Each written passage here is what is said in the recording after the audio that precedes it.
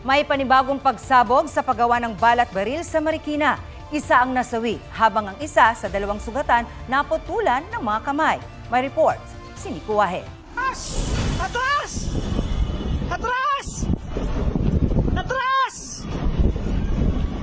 February 2024, sumabog ang imbakan ng pulbura sa loob ng pagawaan ng bala at baril ng Arms Corps Global Defense Incorporated sa Marikina. Ang init, di ko na kaya. Diyos ko po. Nauwi pa ito sa sunog. 4 ang sugatan noon at umabot sa 14 na milyong piso ang halaga ng pinsala ayon sa Bureau of Fire Protection. Kanina nagkaroon ulit ng pagsabog sa compound. Akala raw noon ng ilang tindero sa tapat ng pagawaan ng baril ay kumulog lang.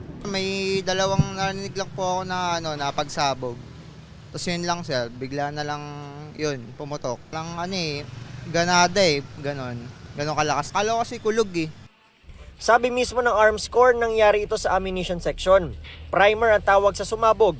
Ito yung ginagamit sa ilalim ng basyo ng bala. Pero sabi ng Marikina Police, buo pa raw ito nung sumabog, kaya malakas ang pagsabog. Yun kasi ay buo pa.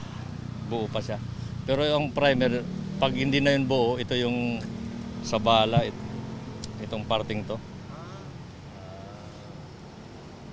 Na pag pinalo yan, di ba? Pero yun ay buo pa.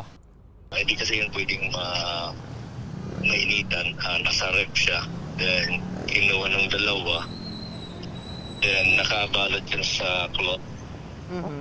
Na may, nung pag-open nun, yun sumabog. So, determine pa kung ano talagang naging cause. 3 empleyado ang napuruhan at itinakbo sa Amang Rodriguez Hospital. Namatay kaninang alas 5 ng hapon ang isa, si Mark Hansel Valenzuela, spinning operator sa ammunition section. Nasabugan siya sa dibdib at may bumaong shrapnel.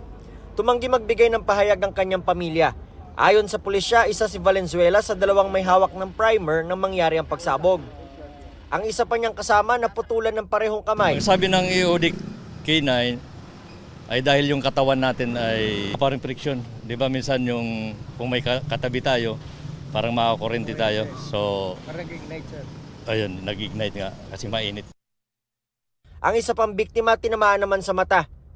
Ayon sa Arms Corps Global Defense Incorporated, sasagutin nila lahat ng kakailanganin ng mga nadamay nilang empleyado.